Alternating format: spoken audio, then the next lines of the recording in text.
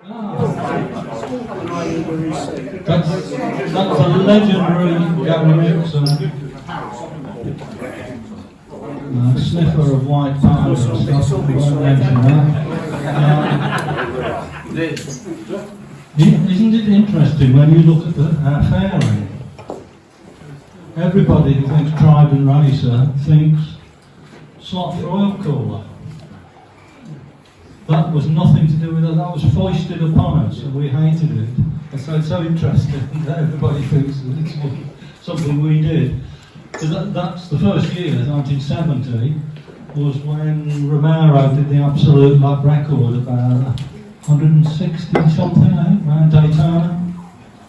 That fairing. But we had this place, Umberslade Hall, a big mansion in the country. I was involved right at the beginning laying out the test cells and things. There were a lot of very clever people there, but nobody knew anything about motorbikes. A lot of them came from Blackburn Aircraft. We had questions, people coming to our experimental saying, does the fairing turn with the front wheel? Why don't you run the exhaust pipes through the frame?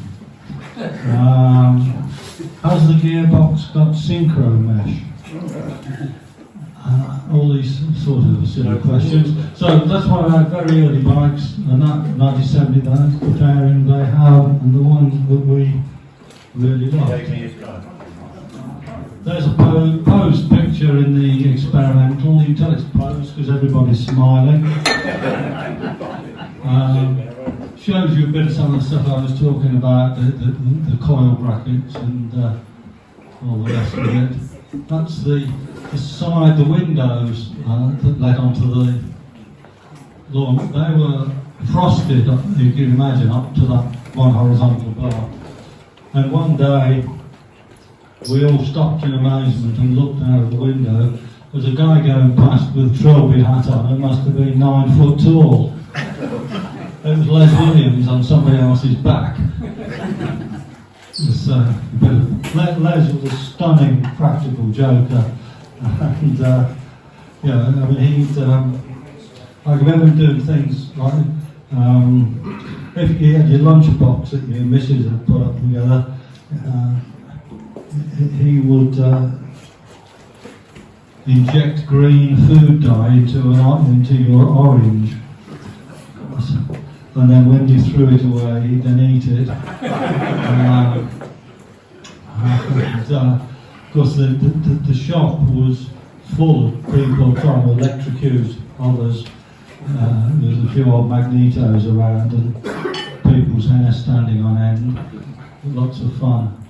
And one of the classics he did, there was one of the testers called Bert Watmore, used to ride from Birmingham every morning. It was generally late. And there used to be, coming from Birmingham, a big, fast, bumpy left-hand bend past the entrance to what was called Eldon Airport, which is now Birmingham Airport. And he was whizzing around there, flat out, 100 plus. And he suddenly felt something running down his face and had a big panic. He thought he'd had a bloody brain hemorrhage or something. What happened is, because you remember the old hats with the cross webbing on the top, Les had filled a plastic bag full of water, tied it up and put it under the webbing, so that when he pulled, he thought when he pulled it on it would burst, but it didn't. It burst when he was doing 100 miles an hour. Another classic one, you might have the name Huey Hancock's used to work in the service department at Triumph. He's done some books on how to do old Triumphs properly. Service department was great, because if you weren't in love with your local dealer for whatever reason, you could bring your bike to the service department, so they could do anything in one shift in a day. And so, guys really knew what they were up to.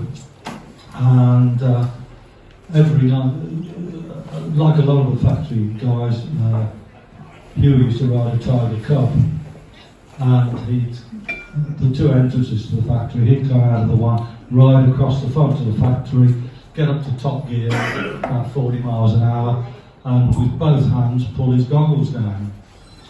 Well, his hat was black, so Les Williams aerosoled the inside of his lenses black, and we all stood in a line and watched the panic as he pulled them down and the world disappeared. Yes, I could talk a long time about that, but we've got to crack out. There's another picture of the experimental, so wind-up bike stands, something, like engines only rebuilt in a vice, no fancy swivelling equipment or anything, just clamp the front engine. We have to do a bit of weighing there because I was trying to work out what it is. That there's just above the front nose of the fairing, there's some slab scales and a box with the 4 holes in with the brass weights. Because obviously we used to weigh pistons and conrods to within a gram to make sure on a racing bike everything's tickety boo. The doors are 2 of the 3 test cells. I'll show you a picture of those in a bit. I spent a lot of my time in test cells. That's the team for 1971. That's Bill, Arthur, Jack, Fred, me, Doug, Les Williams. This year, just to give you an idea, Mike Howard crashed and broke a disc, and there was panic. Doug in America phoned Les and said, "We need another disc. It's Saturday night, and we've got to have it here in America on Monday." So Les had to go into the standard. We were using modified standard drive discs. None of these super whizzy things tested at 200 miles an hour. It was a car disc. Les had to talk his way past security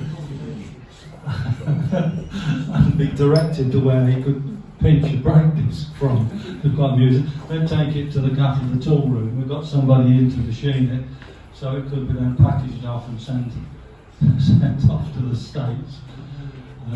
Amazing stuff. Right.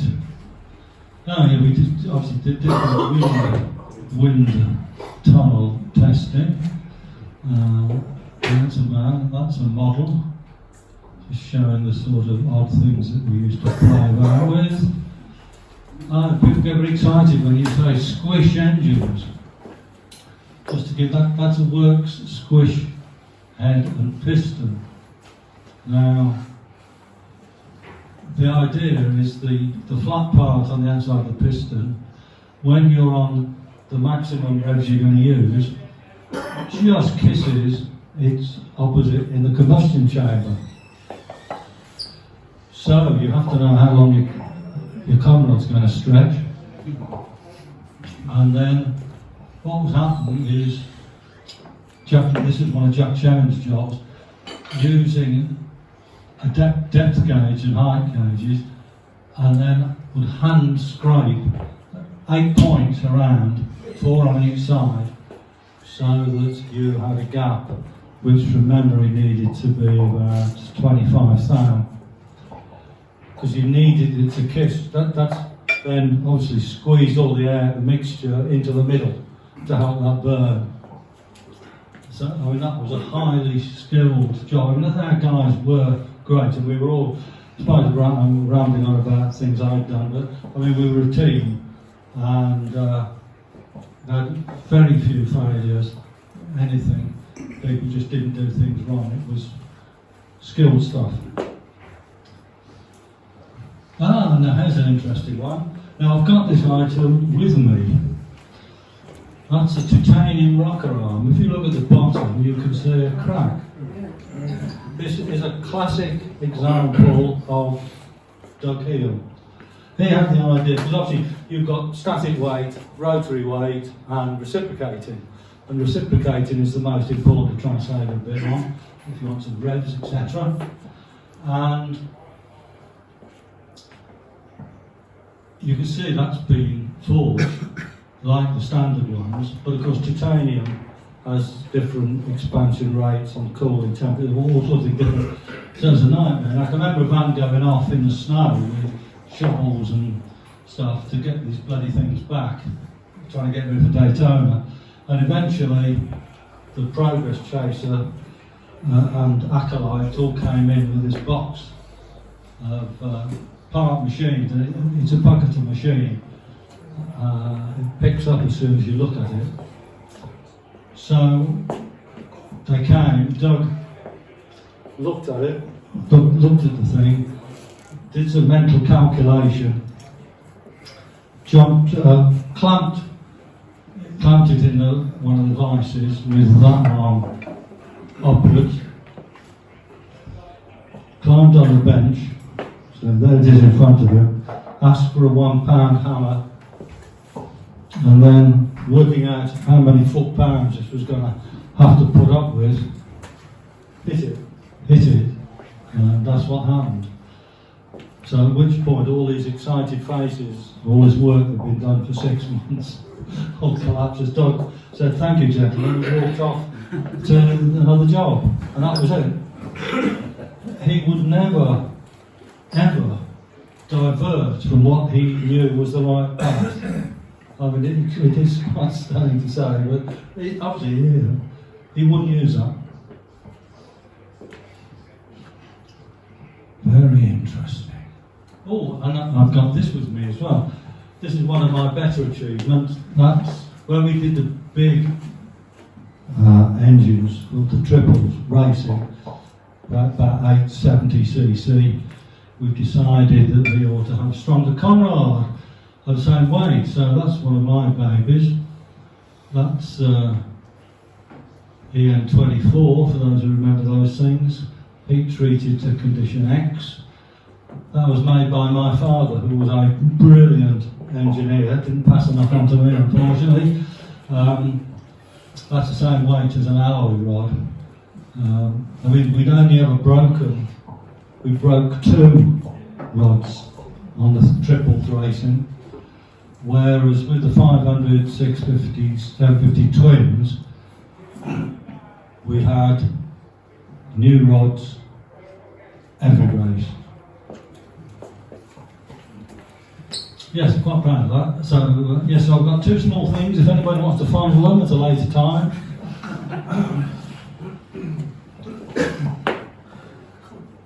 Take more directions. We started off with a billet weighing 16 pounds, and then the rod weighs 1 pound, which just goes to prove that the main product of British engineering is swarf. Right, anybody recognise the gentleman on the right? You're all keen, not Triumph, don't think Triumph, but think a significant man in the history of motorcycling. That's a 350 Bandit cylinder head they're looking at. No, no, forget Triumph. That's Philip Vincent.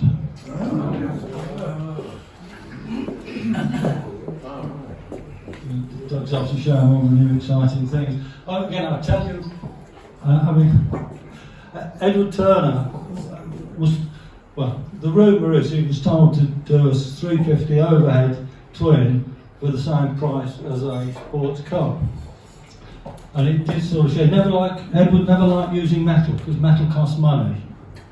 So all these things actually got lots of fresh air. And the first one, he would come in, be chauffeured in with his big coat and his Homburg, and there was a little drawing office doing the stuff. And I always remember, and this is first hand, it's not Chinese whispers, the guy running this drawing office, a guy called Bob Catton, who I knew well, came down and said, "I just showed Edward the new valve springs." And he put one on the floor, put his heel on it, and said, "Much too strong, my boy, make them half as strong as that." There's design engineering for you. And the very flimsy bike had some strange characteristics, but it recorded a very fast time. I think it was because these very weak valve springs let the thing lift off at full lift. You actually got more lift than you thought you were going to get. But then eventually the whole thing was redesigned, and then after stuff was made, it was ditched, it was Barclays Bank pulled the plug on BSA. That's what they look like. I did a bit of riding on those, quite good fun. Tony Lomas, one of the ex-Speedway riding testers, was taken to this photo shoot, but they decided he was so pretty they put him in some of the pictures. And that girl is well known from old television, I can't remember what her name is. Here's another example of development. The crank on the left is the first effort at it, which is based very much with that big flywheel in the middle of traditional Triumph twins. And it did vibrate a bit. The second one, where we've moved the weight away, because obviously when you've got two bearings, you're always going to get a skipping rope effect when there's some good, strong torque on it. And that, again, if you can remember a threepenny bit, we could stand one of those on the petrol tank and rev the thing up to about 5,000 or 6,000 before it fell over. And of course, part of it, because the production was put back and put back and put back, the outside suppliers kept supplying stuff. So there were things like 20,000 conrods in the stores, and there were hundreds and hundreds and hundreds of the frames, which, and this all comes, Ken Sprayson, who was again, top frame man, was working for Royal Enfield and did a super little frame for their 250 racer, and we copied the principles of that with his approval for the Persis 500 racers, and so the 350 Bandits frame, that's its heritage back towards Royal Enfield. And there was so many of them around, we put a 500 in one and a 650 in another. I rode lots of miles on that. It was a little bit small for me, but it was nice and light and chuckable. That's the P1, the first Trident. It's ironic when you look at the bikes today that they use the same bore and long stroke of the pre-units Tiger 100s to keep the engine narrow, because they didn't want to make the bike look too big. And you can see it's got a cast iron barrel, which was eventually ditched. And in common with lots of cars at the time, the thermal expansion of aluminium being so much more than iron, gaskets used to shuffle out. And so that got ditched. The primary side is gears, which I think we gave to Hesketh, and this was just a disaster the same. I mean, when you've got two gears running together, they have to be exactly on the correct radius.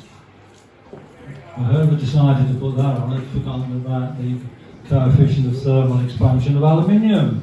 When the centre distances are getting on for a foot, they rattle like hell when hot. And I know Hesketh did the same thing, and then tightened them up. And when you tighten them up, they squeal like a pig when it's cold, and still rattle like hell when they're hot. So that's what the first triple looked like before Ogle got a grip of it and turned to the slab-sided thing that most people hated. Which of course they also did the ray guns that everybody hated, and you could buy them for £5, there were thousands of them, and then strange thing, because it actually went very well. It all turned around and very popular. There's my later baby, the T160, that's what it looked like when they were in the air. That's when Norton took this over, they were convinced that bolting the engine to the back wheel and rubber mounting the whole issue was the way to go. Designed by my dear friend Bob Trigg, and so we had to put a triple engine in a Commando frame, which meant serious modifications of the crankcase, so there's only a couple done. And then Doug came up with the idea of, so you'll find early TM60s were only mainly 1 year, but the early ones, everything was solid and it vibrated a bit, and then the later ones, after Doug got to grips with it, had rubber mounted footrests, which stopped you feeling what the engine's trying to make you feel. Yeah, again, I did a lot of miles on that one as well. That's just another example. I've got a photo of that. That's the BSA 500 single in a bandit frame again. Compression ratio dropped. It was a very nice little bike, that. Very nice. Now, this is really interesting. This could have altered the whole future of the industry. This is one of Doug's patented brainwaves having an extra cylinder. Yeah, you'll notice that's a set of Commando crankcases. That is only because it's owned by the German Norton dealer who got hold of it. But just think this was for Bonneville. You have an extra cylinder out the front. You can see the crank's got the extra throw. Conrod, piston, got a big hole in it because you're not trying to move any air, you're trying to balance the thing. And that worked spectacularly well. When you think of the time when the cooperative was setting off, they were giving out all the stuff. The Bonneville is a real triumph. Bonneville, which of course they did because the Trident engines were built at BSA, so they couldn't stop those. And eventually they went on to do at least two other disastrous engines, the Diana and the Cosworth thing, etc. But that was brilliant. That was ridden out by an employee at the gate without them knowing. And if they'd have had that, things could have been very different. Talking of Bob Trigg, there he is. The Commando man, and subsequently Yamaha. That's the Easy Rider thing. Because I was involved. Oh yeah, Dennis Moore came and had a ride on it. His only comment was it made his balls tingle. I was part of a team from. Can I mention this, from another club involved with through cylinders. Johnny Groves to Land's End, the Help for Heroes. Christ, that was down. That we were getting learners. We've got 1 horsepower. I picked this up at Ross and drove down to the north of Bristol.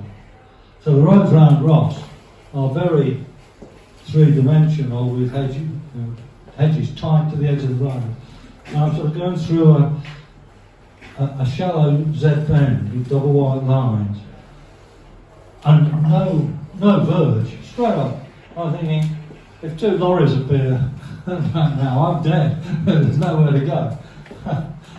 And then I was riding down into Gloucester, and dual carriageway, bloody going on. The cars are going around the island at 50 miles an hour. I can't do more than 25, and I've got no winkers.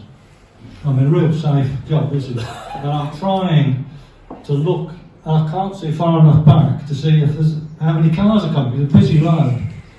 So in the end, I thought, no, bugger it. So I put my arm, and of course, when you're doing 25 miles an hour, you've got one hand on the handlebars, you do wobble a bit. So I sort of wobbled because I was turned right in this bloody island. Anyway, we wobbled around it and lit the telltale and raised a few quid. Oh. That's one of my chums riding the Wankle. Not a lot to say about that, apart from it's good up steep hills. I can remember Les Williams sending David Garside, who was the chief engineer, a birthday card, 18th birthday card, because his daughter was born when the Wankle started, and 18 years later it still hadn't achieved anything. The main addition that he added was the centre of the road. The centre of the road gets bloody hot, and the seals fail. I think he took the air from the carburettor through the middle of the rotor to help cool it down. Well, of course, cooling that down means heating the air up. So, depending on whether you've just been doing 100 miles an hour or whether you've been sitting at traffic lights for 5 minutes, when you open the throttle, you're never quite sure what was going to happen, which made the thing very tiresome to ride. Now, Here's one of my later pictures of Doug. I had a 1,000 BSA sidecar outfit, and I took the old boy out on an industry weekend, and we managed to see 100 miles an hour on the speedo, and charging along, and we were down in the Wye Valley, and we were pressing on. I don't know if you've any sidecar riders here, but they are the devil's invention, and you have to steer them on the throttle, because when you accelerate, you turn left, because there's a big dead weight here. When you shut off, you turn right. So the worst thing that can happen to you on the road is you come up to a left-hand bend too quickly. And your natural reaction is to shut off, but then you turn right. So you've got to have the courage to stamp it down a gear and flatten it to pull you around. Well, we were whizzing along this road, trees, cambered road, ditch each side, and I dropped it down and did that, and the bloody primary chain broke. Well, I mean, I didn't know that. All I knew is I was heading across the road diagonally, and somebody up there was looking after me, because there was actually a track across the ditch, whizzing up this bloody track, and got away with it. And Doug, again, typical of him, and it's in my book. He wrote me a nice letter thanking me graciously for taking him out for a ride, because he wasn't riding bikes anymore. And then, of course, it's all obvious when he explains it. When, a chain is always going to have a tight run and a loose run. And when you're on a bike, it's all in the same plane. So when you're leaning over, it's still like that. When on a sidecar outfit, when you're going round a corner, the loose run will go to the outside of the corner, and therefore chew the sides of the teeth, or teeth will chew the sides of the plates, and eventually you end up breaking the primary chain. And there you are. And I also remember, funny enough, if you guys know Mallory Park, Gerrard's is more than 180 degrees. It's a stunning corner. When the BSA guys first put triple engines in the sidecars, they always used to have the oil tank close in on the sidecar, and they wondered why they were blowing engines up. And of course, they used to plunger pumps suck, gear pumps just pass it through. So when you're going around a right-hand bend and the oil pump's on the left, there isn't any oil going to the oil pump. That's interesting. Right. Now, yes, that's often the end. Seeing as how you're all here, I've got pictures of American racers from Daytona, top guys. I've done Castro, Nixon, some good old pictures. They were tough guys, these Americans. I remember watching, I think it was Nixon, one of them, going down towards the start-finish straight and losing it, and then because he used to wear these big boots, a big boot would come out and pick the bike back up off the road and keep going. That's clever. That's the great Jack James. Jack had been a spotter in the war for artillery, naval guns and things. Arthur's still going. He's 92, still on the ball. It must have been the 1970s looking at me. Sorry about that. Light transmission, again, for you triple people. When the triple engine was designed, of course, tyres could only be so wide. There wasn't the technology, and so we had what we call it a 3-inch chain line. So that was fixed. So because you've got a bank of 3 cylinders, unless you take a chain out of the middle, your primary chain is going to be further out, and you want to minimise that. And when you do that, you're minimising the width of the clutch to fit in, which always gave problems. So for racing, we came up with a whole different ball game. which they're all magnesium castings, etc. Probably maybe not too exciting. There's the 350 Bandit, which I rode. I managed to see 90 miles an hour on one of those. I got all the bits out of an ex-employee's house. It was just stunning. His airing cupboard had 100 forklifts in it. He'd been an inspector, which means he's somebody who could write a note on a stillies or a box of stuff, reject, do not use, and then apply to scrap. Oh, that's one of my engines, with that head and barrel. The publicity PR, Arthur and Jack beavering away for me. There's another bike that we did that was quite a good rambler.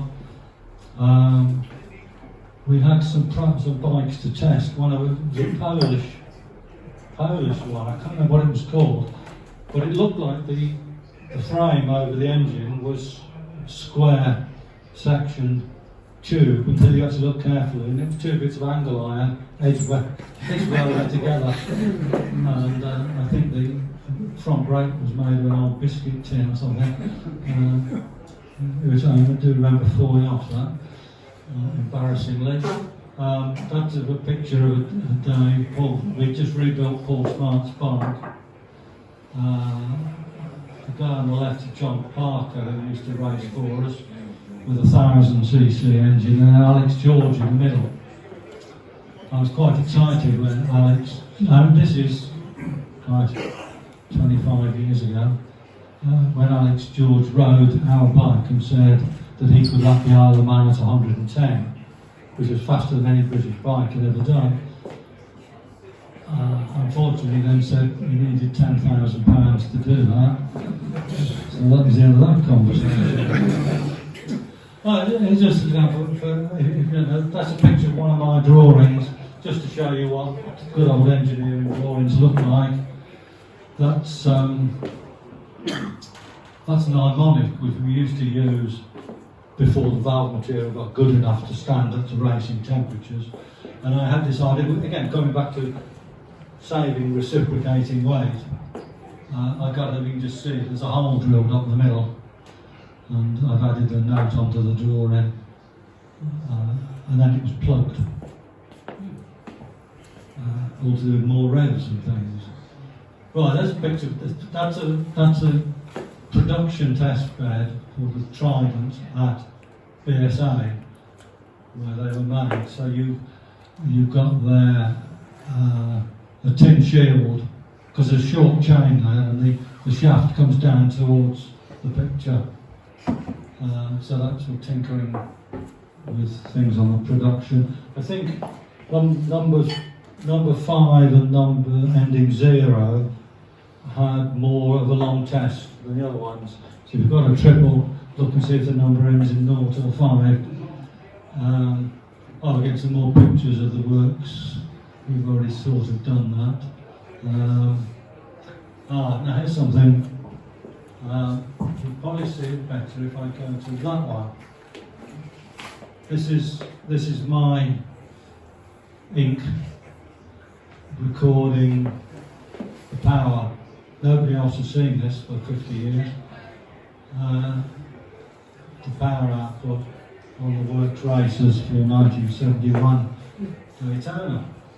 And you can see it's just 85 horsepower along there. So when you're doing a test, I saw a picture of Bess Evan. So you're in a room, let me say,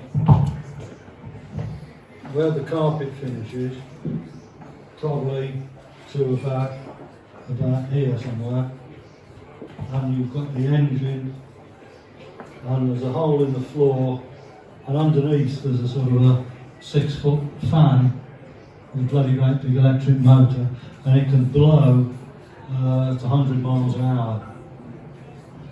And then the exhaust or silencers go into a similar tunnel, and there's another fan taking it out, and the stuff goes out and annoys the neighbours.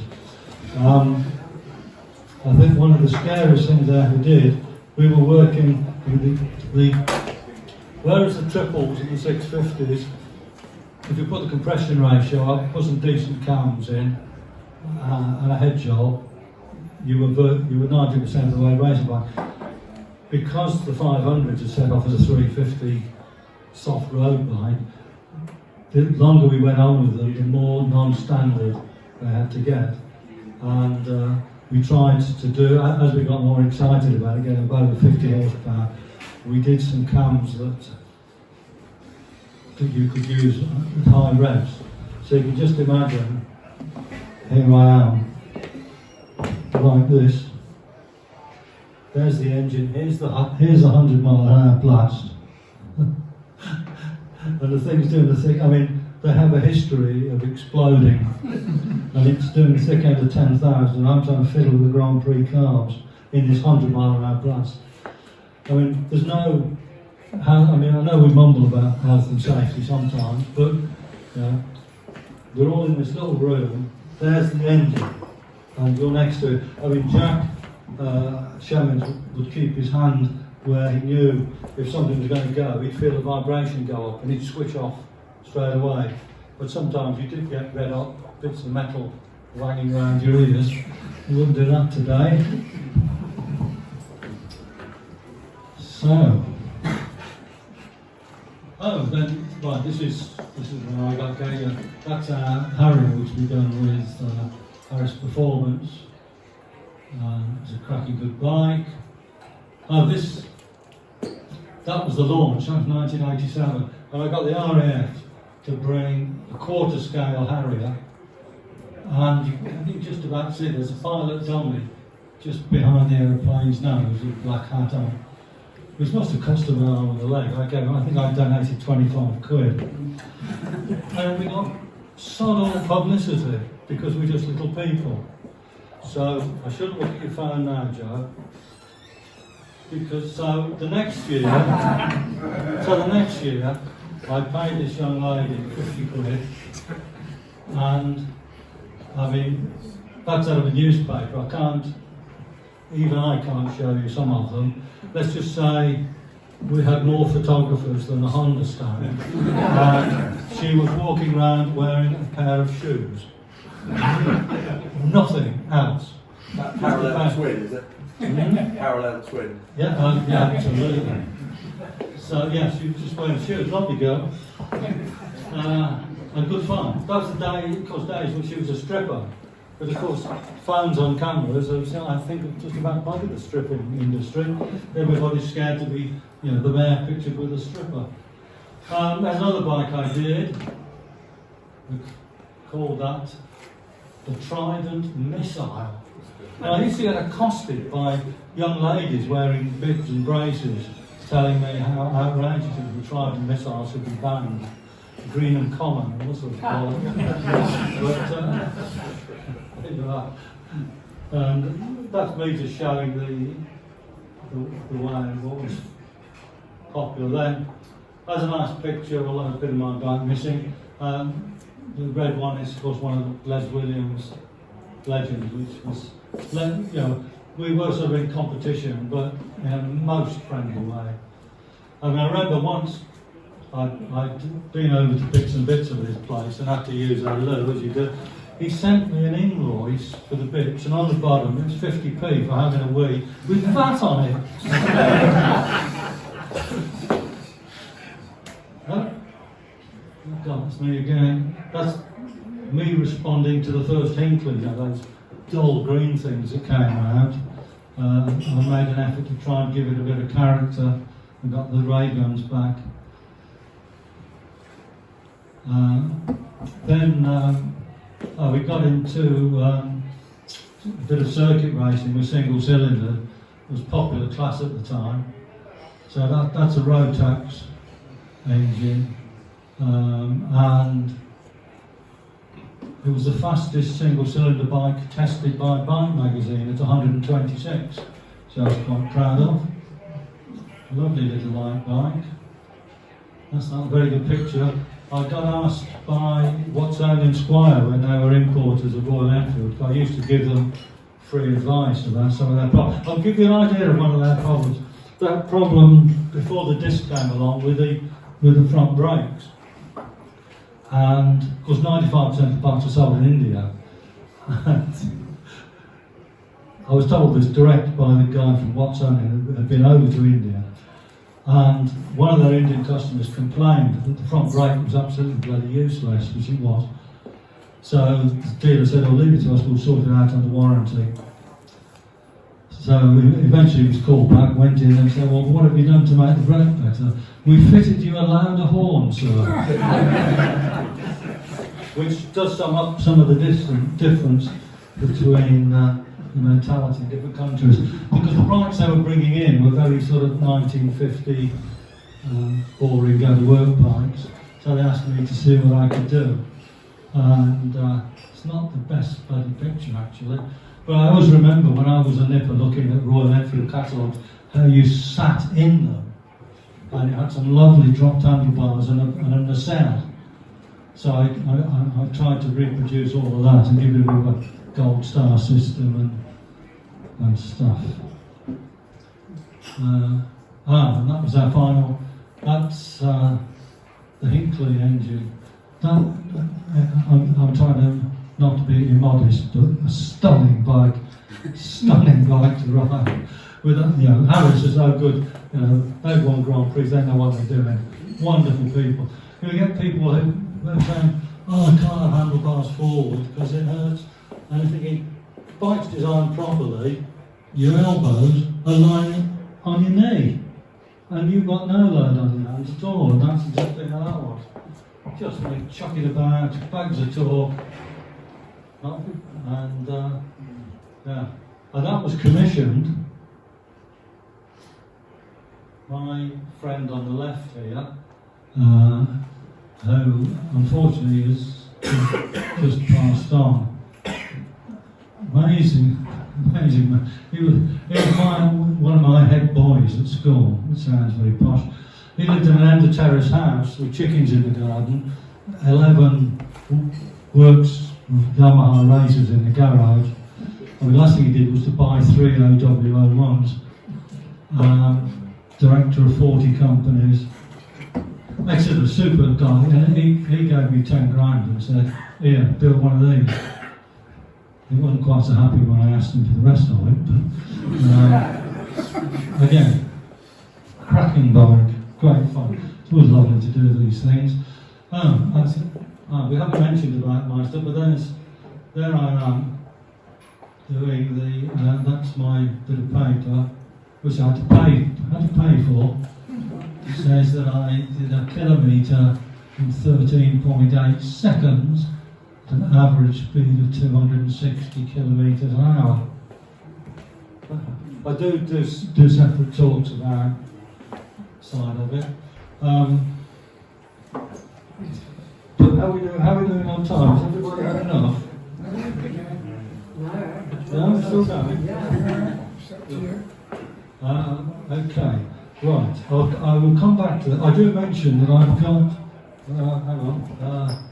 Right, that's a postcard which the Triumph factory printed 10,000 of when I did the record for me to autograph. And I've got a few left. And at the 50th anniversary that our club kindly organised for me at the museum, and the museum open weekend, and the big show at the NEC, I've been raising money for prostate cancer research. And I have to say, I'm stunned at how many people, I would say, I'll autograph it to you for a £5. I've given prostate cancer £2 grand so far, and I've still got a few left, and I've brought tonight, as if anybody wants to take that. I was still stunned at how many people know who the hell I am after 50 years or care. But anyway, so we've got that. I mean, I can, if I knew how to go back, I could pull you some more stuff. Why don't we play the music? Okay. Right. It's so long ago when I did this road 50 years ago. I don't think movies had been invented, but we've got a black and white sound. Somebody was kind enough to take a sound recording. So just think, we've got the Concorde runway, which is 2 miles or 3 kilometres in length, and it's bumpier than you think it might be. So there's probably up to 20 guys going to records, because you've got standing start, flying start, quarter mile, kilometre, mile, and then 50cc, 125, 250, etc. But it's the absolute record that is the one. I mean, we all know Richard Noble did 633 in thrust, don't we? Yeah. And then you've got the absolute two-wheeler record, and then what I achieved was the absolute. That's a standing start one, as you can tell. That's not the flat-line record. But I was the first person on a standing start kilometre to average over 105 with a sidecar. You see, you're not allowed to have a passenger, but you've got a sort of a 10-stone weight lead wide on. So you've got this runway, and halfway down, at right angles, a little runway, and that's where the vans and cars and mechanics and families are. And then you say, right, we're doing flying kilometre. Anybody that's interested, down to the end. So you get pushed down to the end. And eventually, the guy with the walkie-talkie says, you, which is when your whole life passes through you. And it needs 3 to push the thing. I mean, when you're geared to do 170, and first gear is about 1.6, you're going to get up 100 miles an hour in first gear, so it does need a bit of a push. But anyway, so you get started, maybe do a circle, and then you go, because you're used to doing a quarter mile in 9 seconds. You're looking down the Concorde runway, and there's a checkerboard a kilometre away, which you hardly bloody see. So then you go off through, get up to, and of course there's no cooling at all. So, and it's leaping about, because the noise in the aluminium, especially with the back on, is absolutely bloody deafening. And then you wonder how hot the engine's getting. I can always remember thinking, I'll put a finger over the clutch. No, that clutch is so strong, I can't put it in with one finger. Well, you know, when the adrenaline's working, I'm a great believer in adrenaline. I think somebody ought to invent adrenaline patches, you know. So, shall I put 3 fingers over the clutch? Oh shit, I've got to hold on. Anyway, it all this goes through in 13 seconds. And then you have to, I have to lie down. The mechanics have to take the spark plugs out, push it round to try and get some cool into it. And then within an hour you have to go back the other way.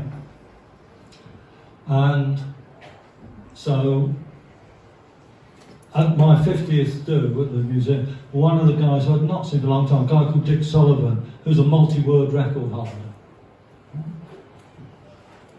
he said to me, he said, you won't know this, Norman, but because it was the absolute record, all the other riders and mechanics stopped what they were doing to watch you, because they knew they were seeing history created. And now, somebody in the middle there had a microphone. So I've got, so the kilometre takes 13 seconds, so this is a short recording. You can actually hear me going up through the gears and going past. And just think, because the faster you go, the closer your gears have to get, because the resistance sort of going up at the cube at this sort of period. So when you hear it go from 4th into 5th, it sounds like it's a wide ratio gearbox, and it isn't. And then there's a brief on me come back the other way. So, Maestro, here we are. Okay. NSA Records Meeting 1972, Fairford, myself on the flying kilometre sidecar record. There's a mile away.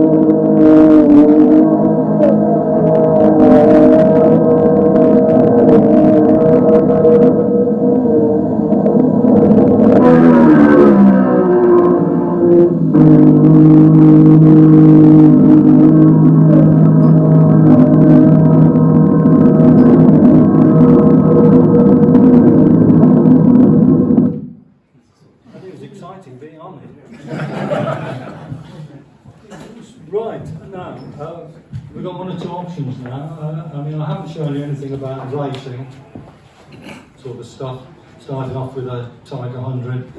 The time's cracking on, so we could maybe, I've got to say, some of these postcards and just a small number of books if anybody wants to chip in.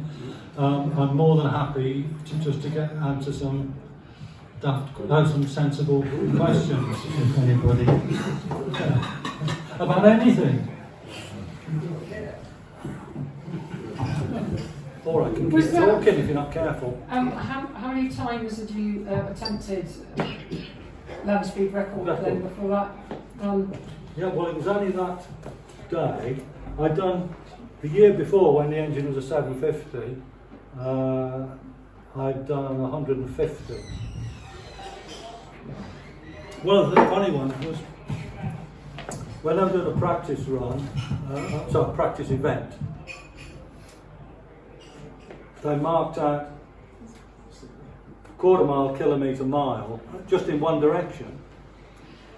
And the silly sods hadn't put it in the middle, because you're only in one direction. Yeah. So there's this lad called Fred Willingham, who was a real Yorkshire lad. He did records on scooters. And he'd never been over 100 miles an hour. So I said, hey, Fred, you lie down there, do not lift your head till we stop, just bloody hang on tight. So off we went. I didn't expect to do a mile, but in the end I hung up, did the mile, and then realised there wasn't much stopping. I mean, I got Tiger Cup front brake, and no brakes basically. Sorry, are you losing me? Anyway, we were a lot. I mean, I must have been doing over 150 at the end, and then suddenly there's the end of the runway. And then all these big lights on stalks, the aeroplanes. We whizzed in between two of those on the grass and then stopped before the hedge on the road. So I said, what do you think of that, Fred? He said, I didn't know there was anything wrong till what I was looking at changed from grey to green.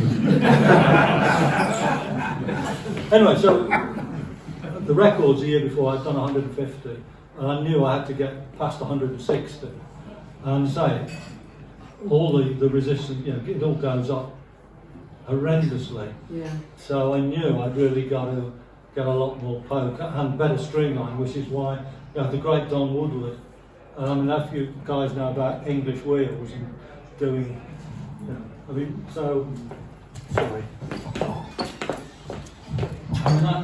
that's only the front half. I've got a picture of all of it. I mean, that's made from flat 18 gauge aluminium sheet, without using any electricity. The thing called English wheel, which if you happen to look it up, it's a big arm, you have different shaped wheels and you get your flat aluminium and put it through. Section he would make up from card with a pair of scissors, shapes at different points and then turn them over and do the other side. I mean, he used to do stunning cars. I can remember him doing a 1938 W series German car, I can't remember the name. Oh God. BMW Mercedes. Must be was it Mercedes? Or?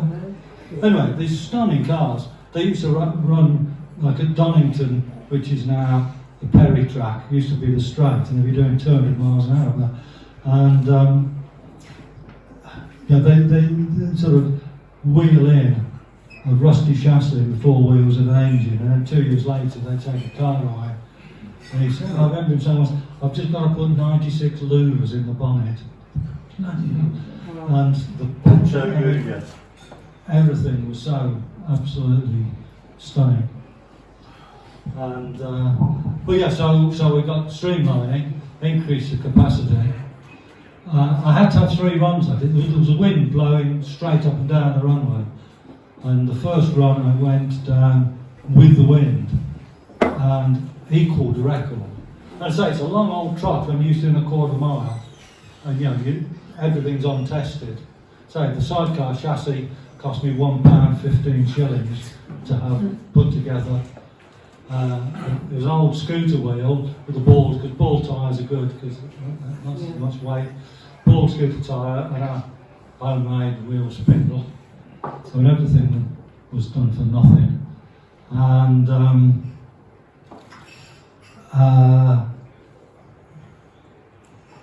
so the bike was basically the same piece, but increasing the capacity to 830. Speed in the speed. Yeah, I said that the first run was with the wind, and I just about equalled it. You have to beat the record by 1%.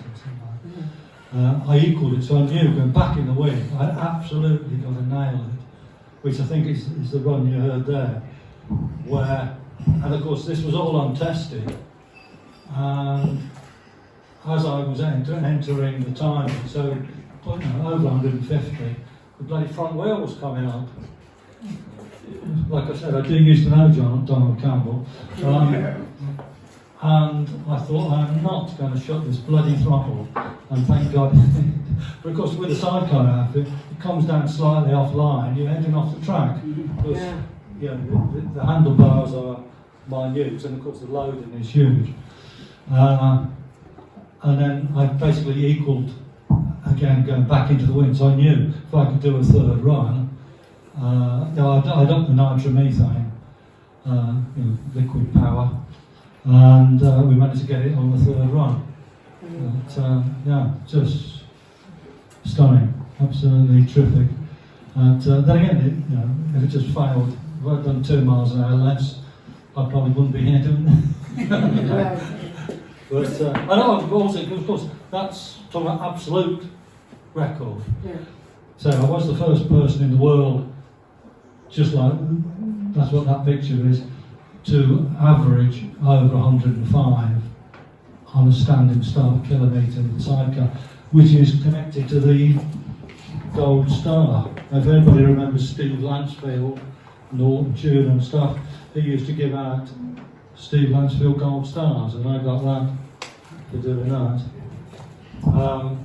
Previously, I mean, go back, so I can bore you with pictures if you want, but when I was racing the 500 twin, I managed to capture the 500 standing kilometre and flying kilometre off the Works NSU that had held the land speed record at the time.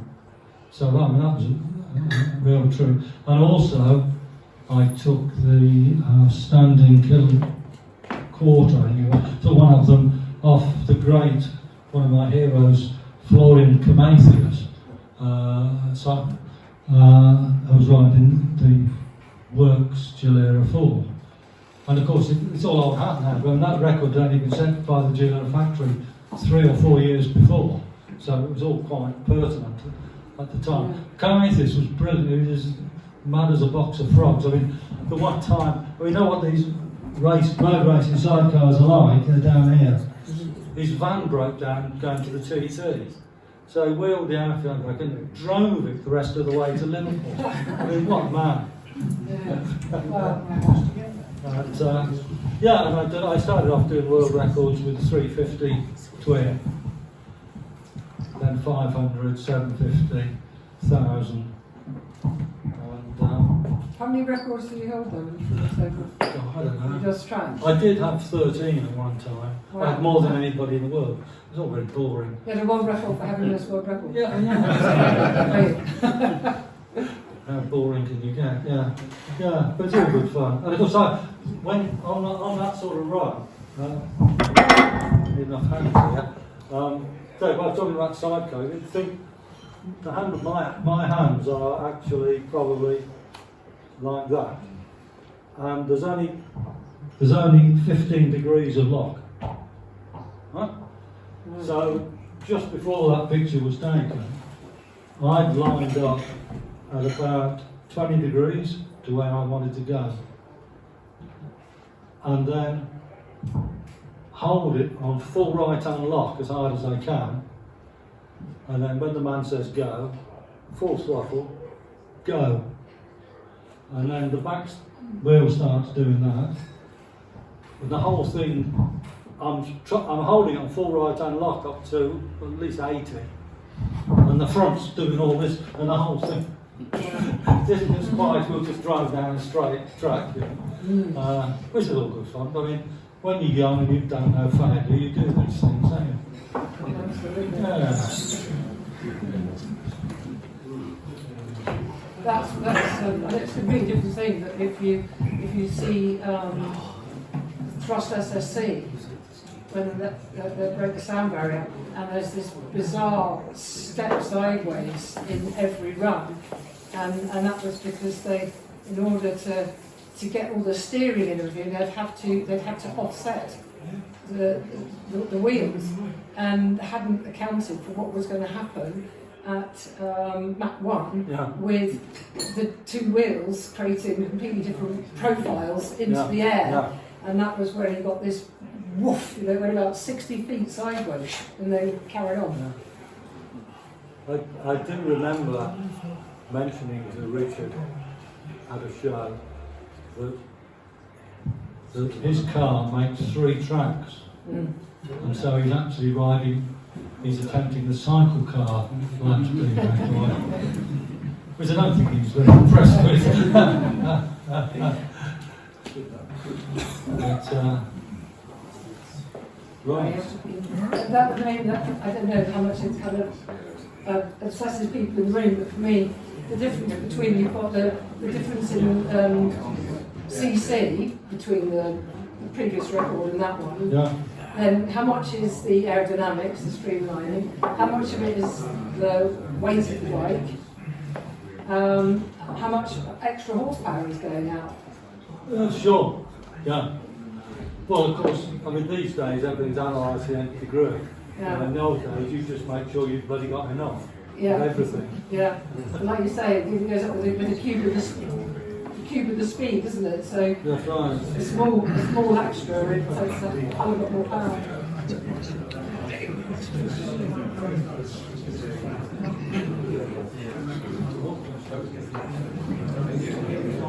Anyone else got any more questions to ask them? No? Yeah, I've got a question. Yes, sir. Go on. On a Triumph Terrier, it was fitted with a roller big end bearing, but the Triumph Tiger Cup was fitted with a plain big end bearing. Yeah. Was that a bit of another bit of Edward Turner penny pinching, or was there a reason for it? Yeah. Yeah, well, roller bearings was a lot pricier, and I'm sure you know, but plain bearings are used in a lot. You know, the BSA, the 500 Triumph all have plain bearing, and of course it gives you a different way of getting the oil into the crankshaft.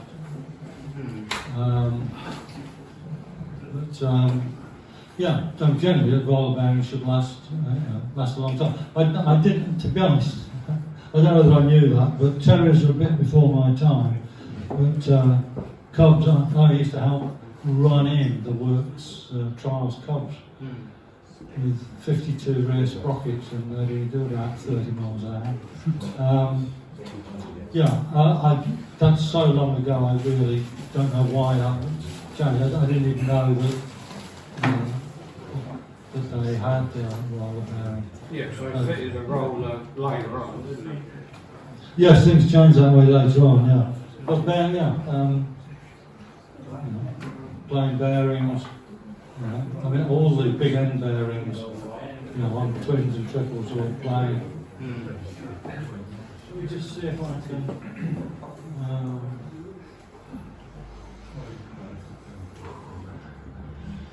That's not good.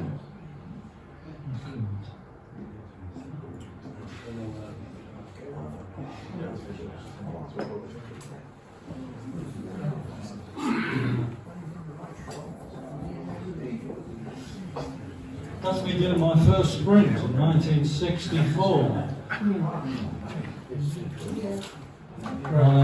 1961 Tiger 100. Then we built a Tiger Cub. And then 350. Let's sort of goes on there with my dear wife. Okay, suit yourself.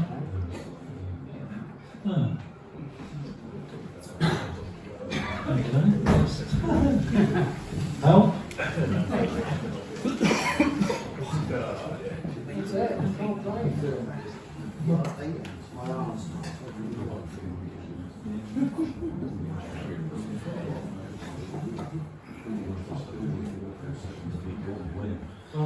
That's at the Ramsey Sprint 69. One of the first times a triple I've been over there. Oh, yeah, Triumph beats the time of works Julia 4. Good old Mike Nix.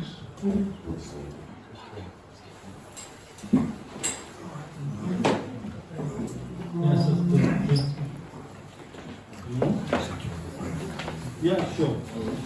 So it just sort of goes on. There's the triple. That was the first time it was out racing in Holland. Reclaimed polder land, which had actually turned into a sine wave, which wasn't till you took off on the up, and then hit the next stop as you were coming down. Right, lots of stuff. Television. Oh, that was nearly last thing.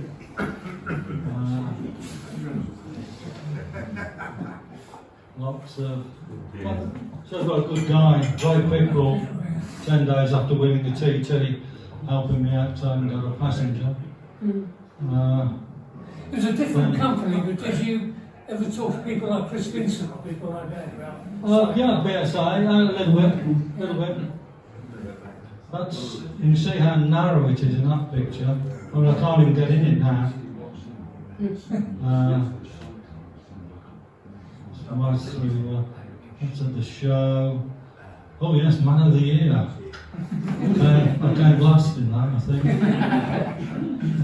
Lots of few more things here as we head towards the end. That's me falling off Slippery Sam, which I've left some evidence. When it was rebuilt after the fire, they apparently left the dent in the oil tank from my knee. And I fell out of there. Embarrassing. Yes, there's like, let's mention this guy. If any of you have heard of him, Dennis Jenkinson. What a man! What a man! I mean, he passengered Eric Oliver when he won the Sidecar World Championship in 1951, I think. And you've got to be brave to do that. Yeah. And then he went on to passenger Sterling Moss when Mossy wanted to win the Mille Miglia, 1,000 kilometres of open road. Nobody but an Italian had ever won it. And because the Jaguar was definitely noisy, it's just an aluminium box and a chassis. And he came up with the idea, if you saw the film on the TV, of getting a shoebox with a toilet roll in it and a handle.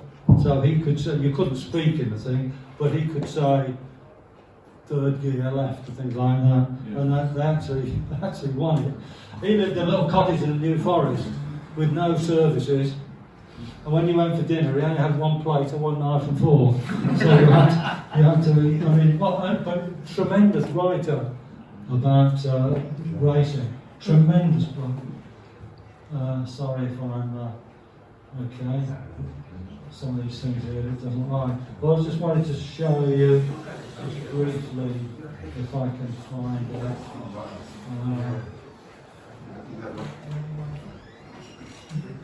Where am I?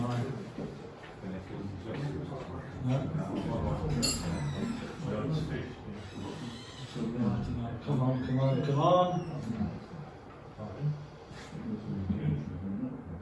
I've lost the thread somewhere. Never mind. Right, there's a top right's a picture of me with two Works Triumph engines. Underneath it there's me on a top trump card. In the middle of the remains of the bike after the big fire at the NEC. And there's a picture of me riding Yellow Peril, which was fun. Right, okay, it's time we wound up before you all go to sleep. Please come and see me if you want a postcard signed or a book, all for a good cause. And if you want any details about